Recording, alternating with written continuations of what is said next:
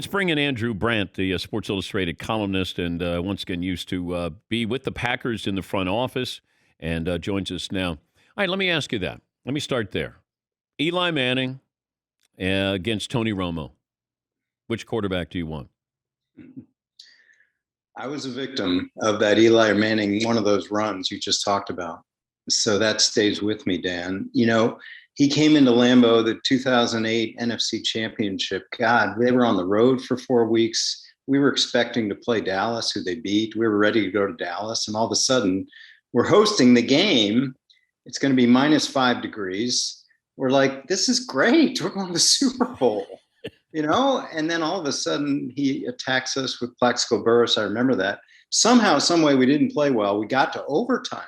We did, because what was his name? The kicker kept missing easy extra points and field goals times. And then Brett threw a pick in overtime, and Brett's last throw with the Packers.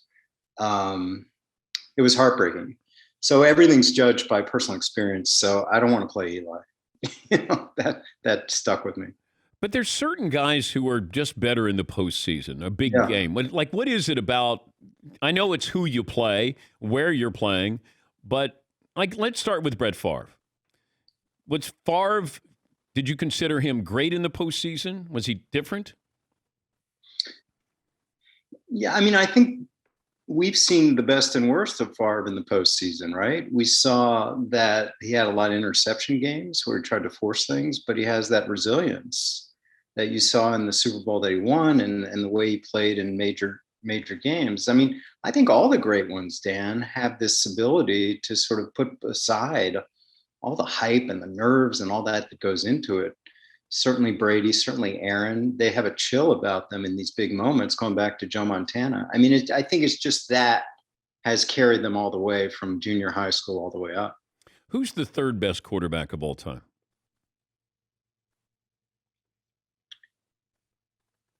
You're talking about who's 1 and 2? You got to tell me that. Well, Brady's 1. Yeah. Montana 2? Yeah. Okay, so who's 3? I mean, we talked about him all off season. I'm biased. I think Aaron, you know, everyone's going to judge on Super Bowls. I get it. But Aaron's got abilities that I don't think anyone's ever had. And Mahomes has some of that right now, but it's obviously early in his career. But 2 of my guys may go down as third, you know, whether Favre or Rodgers. You know, you just have to look at those. I'm biased. Yeah, no, I get that. A little territorial. Nothing wrong with that. All right, you stated... and I don't know if you tweeted this out, but you said Deshaun Watson's not playing for the Texans. That's not going to. There's been conflicting reports there. Why do you think he no longer plays? And at what point do the Texans say, we know he's no longer playing and we're going to get rid of him? Yeah, listen, I'm a lawyer, and I always look at precedent. And we've had so much precedent in the area of conduct with this commissioner. I call him the conduct commissioner. I point to 2 examples of star players. Now we have a star player in Houston. Okay, 2010, Ben Roethlisberger, something happened in the back of a bar with a woman in a bathroom. We still don't know what. Georgia investigations, there was no criminal charges. Ben Roethlisberger, 6-game suspension. Reduced to 4, but 6-game suspension. 7 years later, 2017, Ezekiel Elliott, something happened with a woman. He wasn't even a Cowboy yet, but he had been drafted.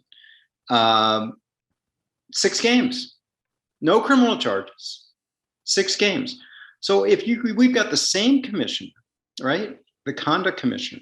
We've got a player charged with 20-something civil and 9 or 10 criminal complaints.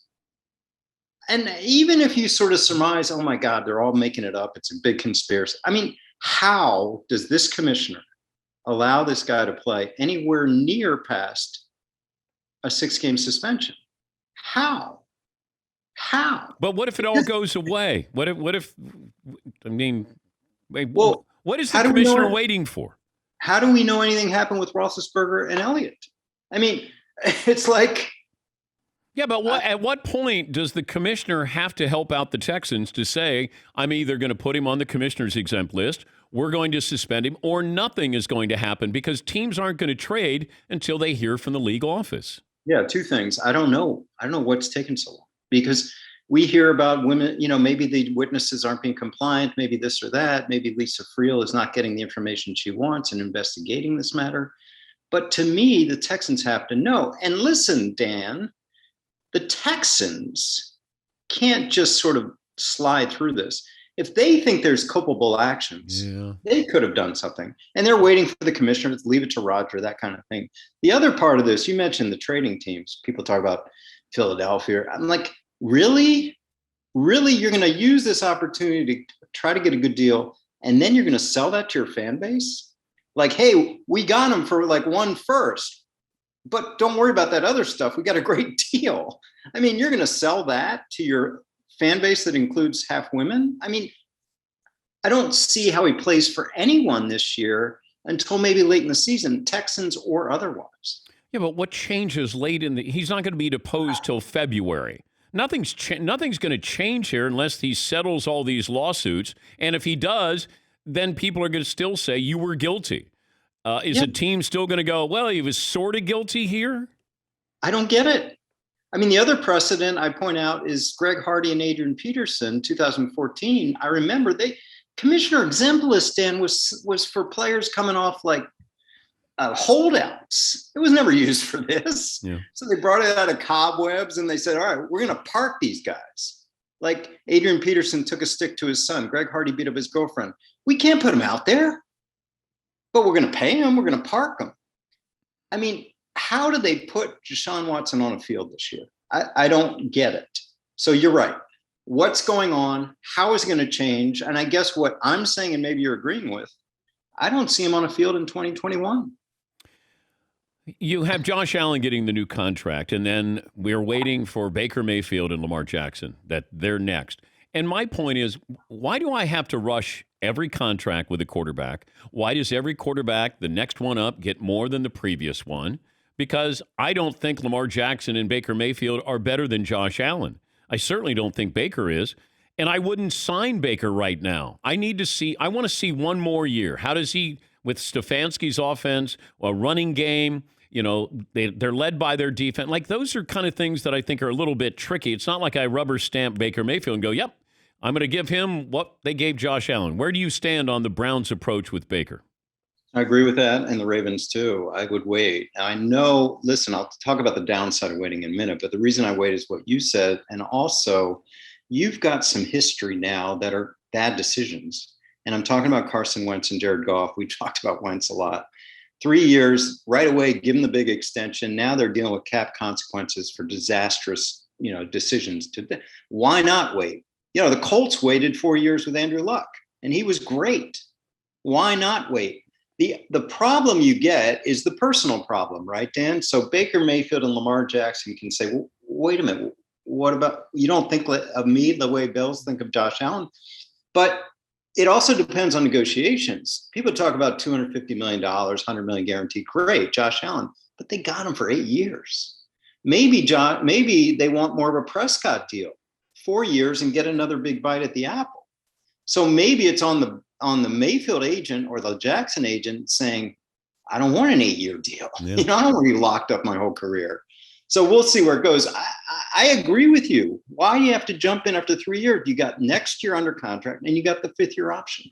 We're talking to Andrew Brandt, Sports Illustrated columnist, and once worked with the Packers front office there. He is offering a 1-hour webinar. That's next Tuesday. That's August 17th at 8 Eastern. And tell people how they can sign up for this and what is the agenda. Yeah, I just thought with everyone going back to school at all levels, from high school to graduate school and professionals wanting to get in the business, it's a good time to sort of tell people kind of behind the scenes stuff. And my thoughts, having been on the agent side, the team side, so many ways in the sports business, how to get in. And it's really something sort of popular demand. So I'm going to do it next Tuesday night. Just go to my Twitter, go to my andrew-brandt.com, and you can sign up for my newsletter and, of course, this webinar. Getting a lot of signups. It'll be great next Tuesday night. Thanks, Dan. Awesome. That's August 17th at 8 Eastern. Great to talk to you again, Andrew. Always a pleasure, Dan. Talk soon. Thank you. Andrew Brandt, Sports Illustrated columnist, former front office exec with the Packers.